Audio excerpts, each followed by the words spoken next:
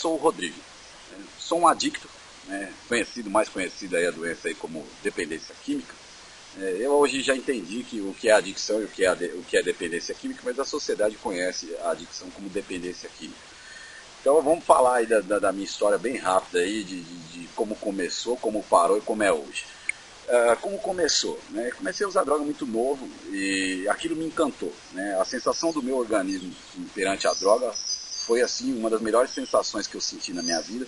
Então assim, e ali eu parei de acreditar na minha mãe. Falou pra mim que se você usa droga mata, droga é coisa de bandido, droga é não sei o quê. Meus amigos não eram bandidos, me apresentaram droga, eu usei droga, senti prazer e não morri. Então assim, eu comecei a parar de acreditar na minha família e comecei a acreditar no pessoal ali que andava comigo, que eram as pessoas que eu queria andar, eram pessoas que na rua eu admirava, eu queria ser igual a eles e não conseguia aprender em casa a ser igual aquelas pessoas.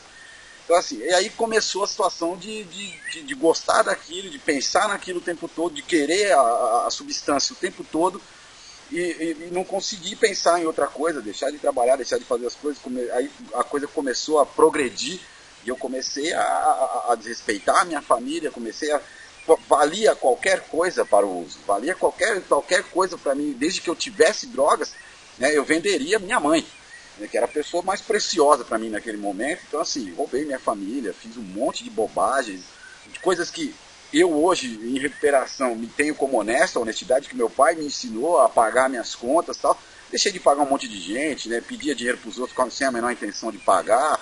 Era tudo para o uso, valia ali aquele dia usar, para mim era mais importante do que qualquer coisa, até do que a minha própria vida.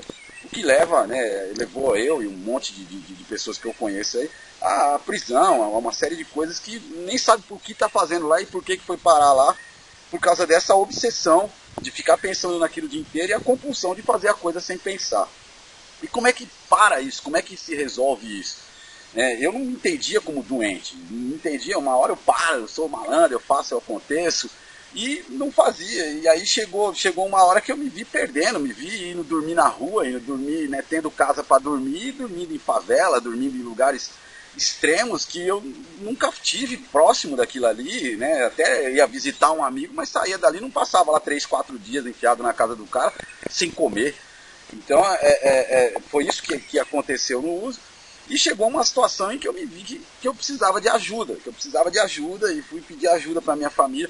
E quando eu pedi ajuda, foram muito rápidos comigo, o que foi uma coisa fundamental, porque eu só queria ajuda naquele dia. No dia seguinte passou. Então no dia que eu pedi ajuda, foram muito rápidos comigo. Aí me internaram. Quando foram me internar, eu já não queria mais ser internado.